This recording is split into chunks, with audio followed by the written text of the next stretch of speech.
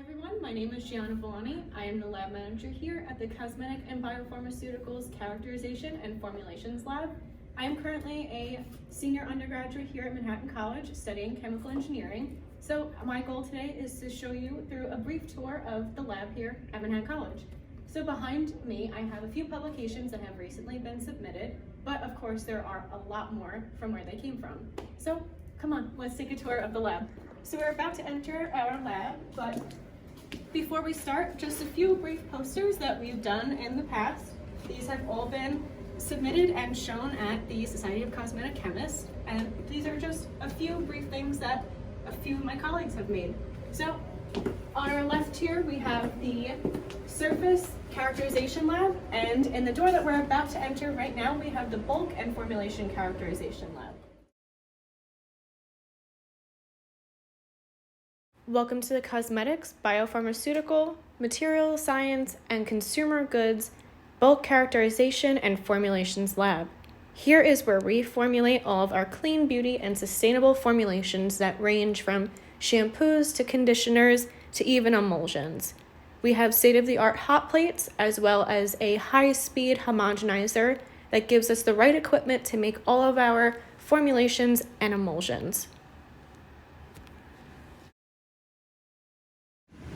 Hi, my name is Maggie, and I'm a grad student here at Manhattan College, and this is our ChemSpeed Flex Formax automated formulation platform. I personally use it to make formulations such as emulsions, so I make conditioners, and I really like it because we're able to make up to 6 formulations all at once, and because you are able to customize the code to whatever you want to make, you're able to formulate consistent formulations every single time you run it, which is much more efficient than making anything one by one on a bench.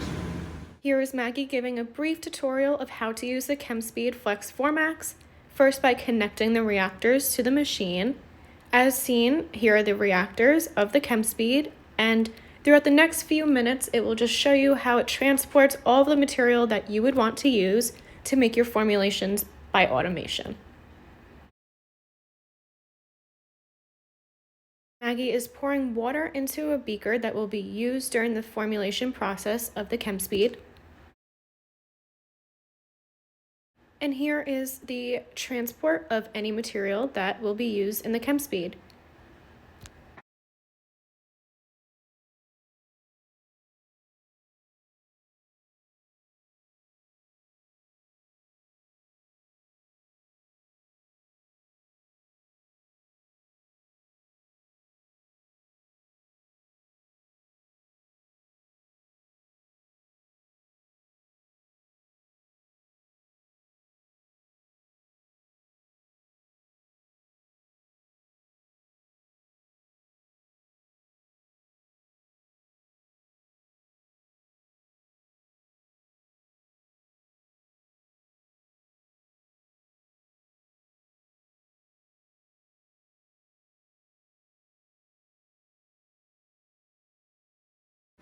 Hi, my name is Megan Parston. I'm a senior who majors in chemical engineering here at Manhattan College. I'm also a research student here in the Cosmetics and Biopharmaceuticals Lab, and today I'm going to walk you through our hybrid rheometer. So our hybrid rheometer is used to characterize all of the fluids that we make in this lab. So anything from hair gels to shampoos. We pretty much run all the tests on the rheometer here. Things like viscosity versus shear rate tests and G prime, G double prime tests.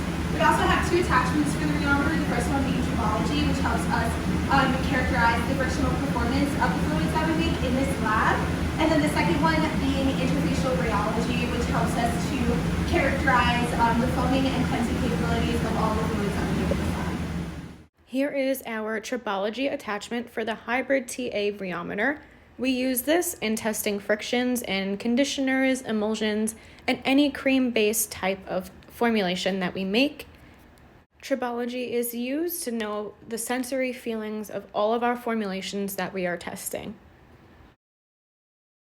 Here is our interfacial rheology attachment for our hybrid rheometer. We use interfacial rheology to test air and water interfaces as well as oil and water interfaces. This gives us a good idea of foaming and cleansing in some of the shampoos and face soaps that we have made in this lab.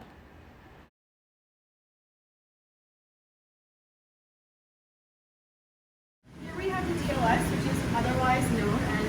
dynamic light scattering machine from Malvern. It is also known as our Zeta sizer. So a few of the measurements that we do is sizing, which gives you your Z average and is used for the stability of our formulations and our emulsions. But typically we've been using it mostly for zeta potential. So zeta potential is great for emulsion stability when it's either positive 30 millivolts or negative 30 millivolts, and that shows that your sample is stable. And next we have the DWS, which is known as diffusing wave spectroscopy. This is known as our optical microbarometer, and it can be used with any sample that has turbidity in it as well. So you don't need to dilute your sample, otherwise in the DLS you do need to dilute your sample. This gives us some idea of G prime and G double prime, as well as all other types of microbiology as well.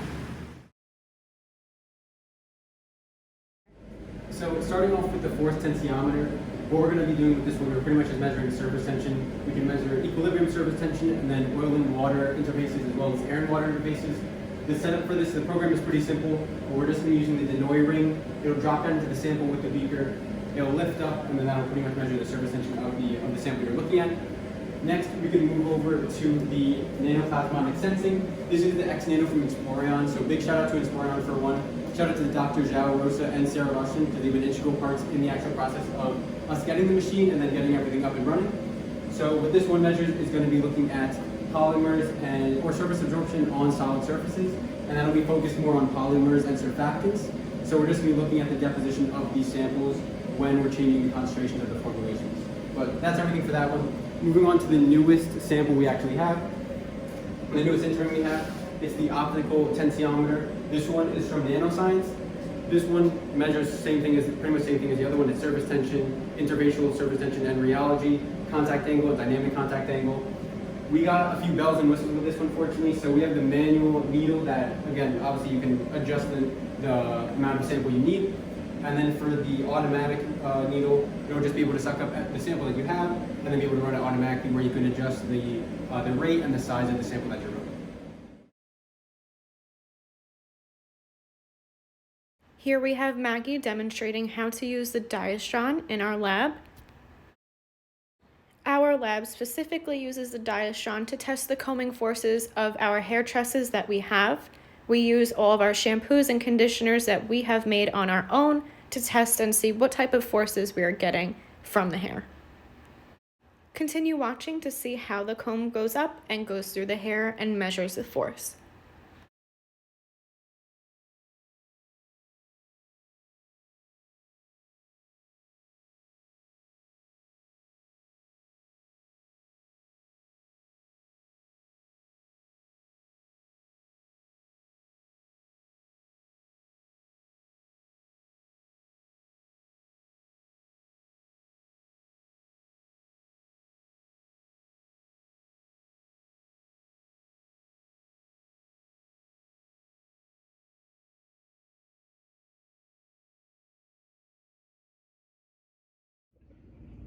Thank you so much for watching our lab demonstration. We look forward to hosting the SEC event in the end of March. Goodbye. See you then. Bye.